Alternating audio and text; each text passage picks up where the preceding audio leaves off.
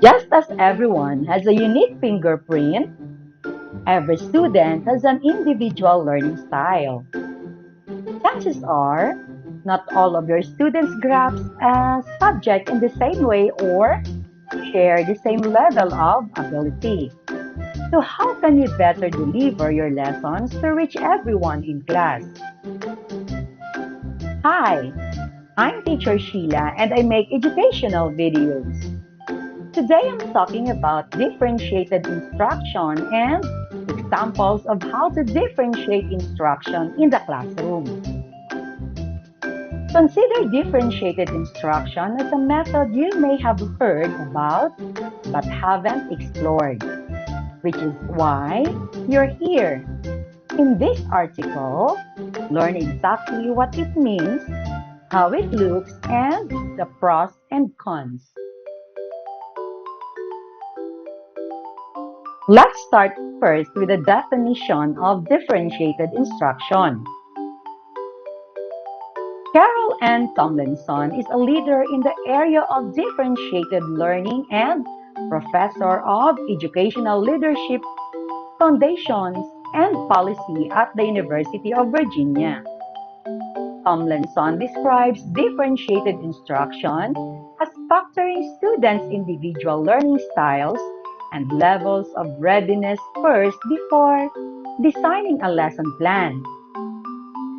Research on the effectiveness of differentiation shows that this method benefits a wide range of students, from those with learning disabilities to those who are considered high ability.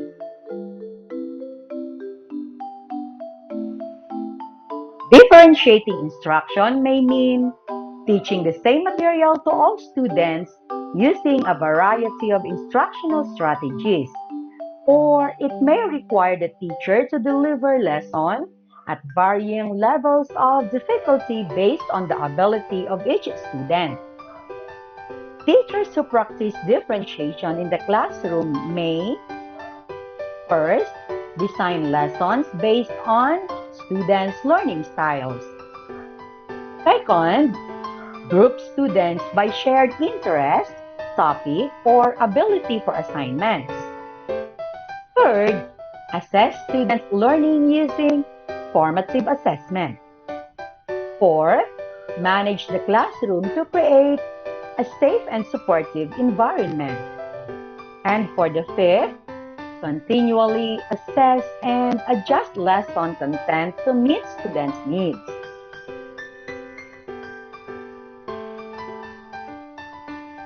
Let's proceed now to the history of differentiated instruction. The roots of differentiated instruction go all the way back to the days of one-room schoolhouse, where one teacher had students of all ages in one classroom. As the educational system transitioned to grading schools, it was assumed that children of the same age learned similarly. However, in 1912, achievement tests were introduced, and the scores revealed the gaps in students' abilities within grade levels. In 1975, Congress passed the Individual with Disabilities Education Act.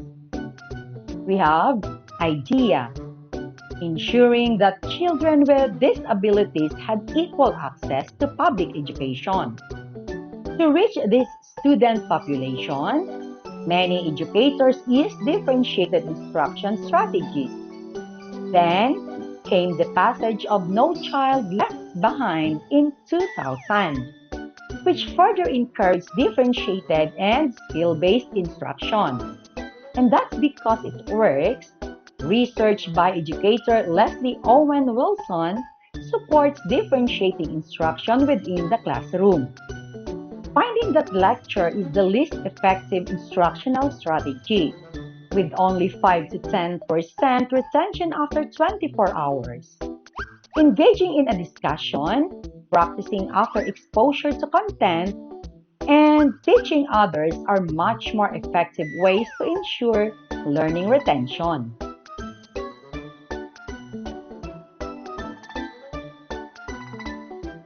Let's proceed now to the ways to differentiate instruction.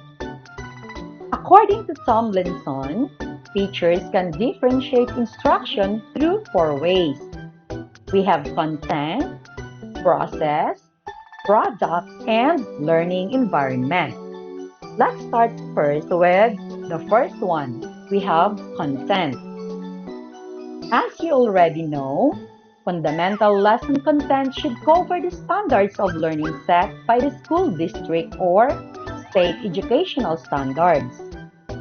But some students in your class may be completely unfamiliar with the concepts in a lesson.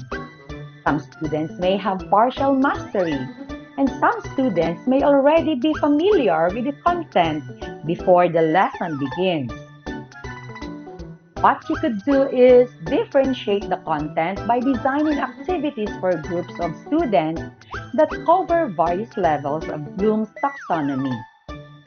Classification of levels of intellectual behavior, going from lower order thinking skills to higher order thinking skills. The 6 levels are remembering, understanding, applying, analyzing, evaluating, and creating.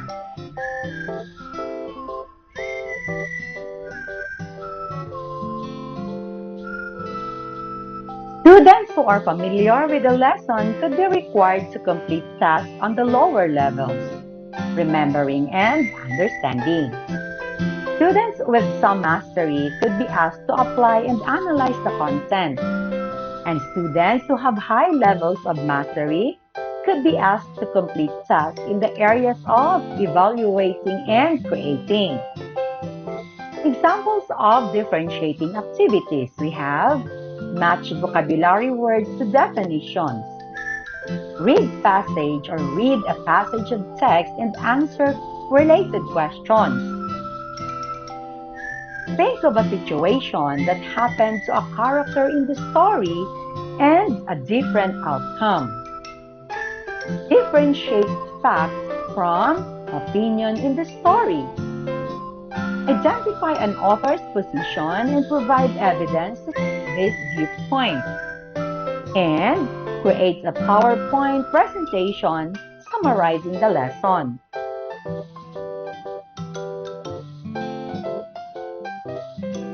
Then, for the second one, we have process. Each student has a preferred learning style, and successful differentiation includes delivering the material to each style. We have visual, auditory, and kinesthetic, and through words as well. This process-related method also addresses the fact that not all students require the same amount of support from the teacher, and students could choose to work in pairs, small groups, or individually. And while some students may benefit from one-on-one interaction with you or the classroom aid, others may be able to progress by themselves. Teachers can enhance student learning by offering support based on individual needs. Examples of differentiating the process we have provide textbooks for visual and word learners. Next, allow auditory learners to listen to audiobooks. And third, give kinesthetic learners the opportunity to complete an interactive assignment online.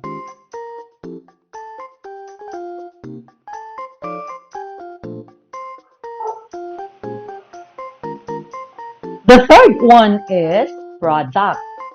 The product is what the student creates at the end of the lesson to demonstrate the mastery of the content. This can be in the form of a test, projects, reports, or other activities. You could assign students to complete activities that show mastery of an educational concept in a way the student prefers based on learning style. Examples of differentiating the end products are read and write learners write a book report. Then we have Visual learners create a graphic organizer of the story. Next, auditory learners give an oral report. And for the fourth one, we have kinesthetic learners build a diorama illustrating the story. The fourth one, we have learning environment. The conditions for optimal learning include both physical and psychological elements.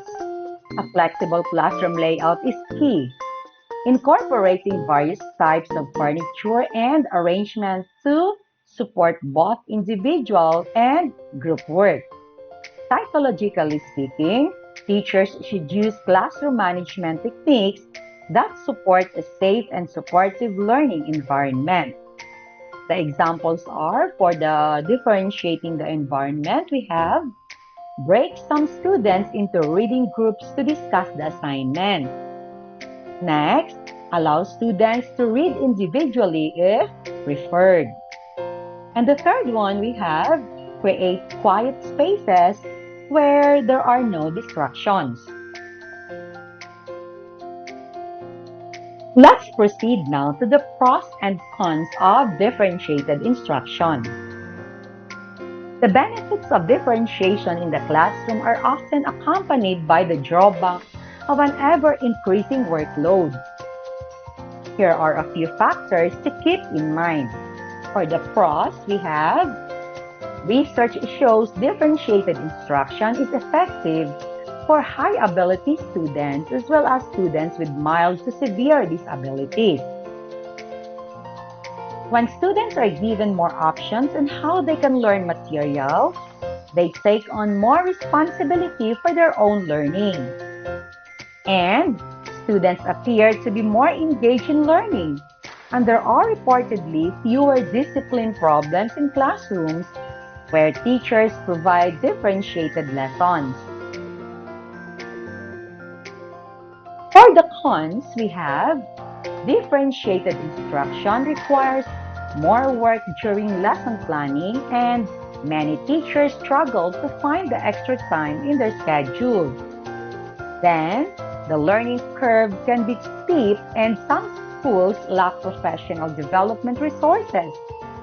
And for the third one, we have critics argue there isn't enough research or research to support the benefits of differentiated instruction, outweighing the added prep time.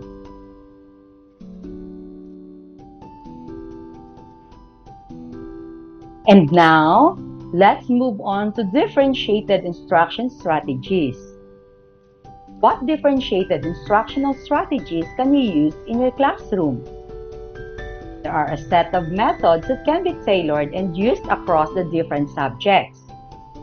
So, according to Kathy Perez 2019 and the Access Center, those strategies are tiered assignments, choice boards, compacting, interest centers or groups, flexible grouping, and learning contracts. Tiered assignments are designed to teach the same skill but have the students create a different product to display their knowledge based on their comprehension skills. Choice boards allow students to choose what activity they would like to work on for a skill that the teacher chooses. On the board are usually options for the different learning styles: kinesthetic, visual, auditory, and tactile.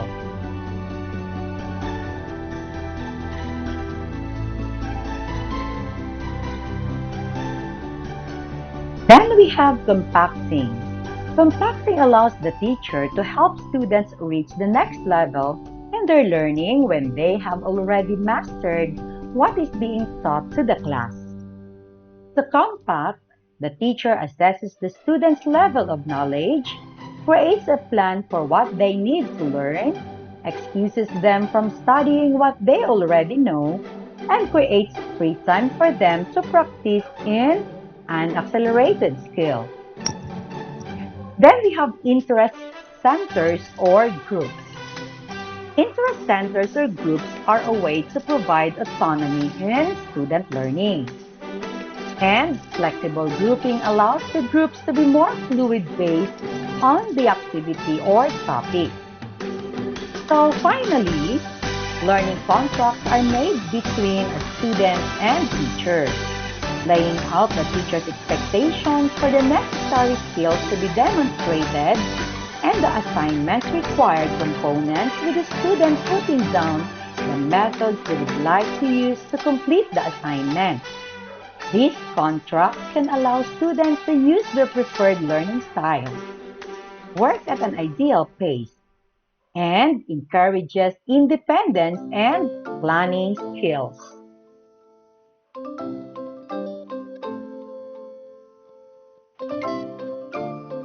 And now, here are the strategies for some of the core subjects based on these methods.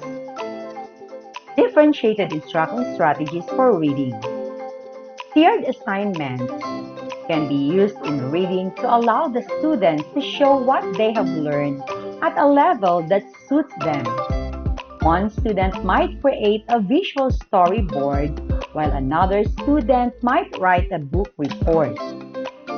Reading groups can pick a book based on interest or be assigned based on their reading level. Erin Lynch 2020 suggests that teachers coupled instruction by giving clear, explicit explanations with visuals. Verbally and visually explain the topic. Use anchored charts, drawings, diagrams, and reference guides to foster a clearer understanding. If applicable, provide a video clip for students to watch. Utilize flexible grouping.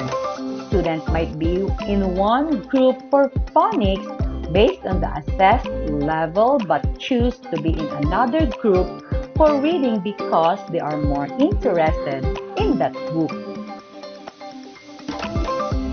And for the differentiated instruction strategies for writing, we have hold writing conferences with your students, either individually or small groups. Talk with them throughout the writing process, starting with their topic and moving through grammar, composition, and editing. Allow students to choose their writing topics. When the topic is of interest, they will likely put more effort into the assignment and therefore learn more. Keep track of and assess students' writing progress continually throughout the year. You can do this using a journal or a checklist.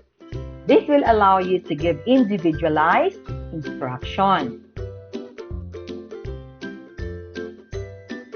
We also have handout graphic organizers to help students outline their writing. Try fill in the blank notes that guide the students through each step of the writing process for those who need additional assistance. And for primary grades, give out lined paper instead of a journal. You can also give out differing amounts of lines based on ability level. For those who are excelling at writing, give them more lines or pages to encourage them to write more.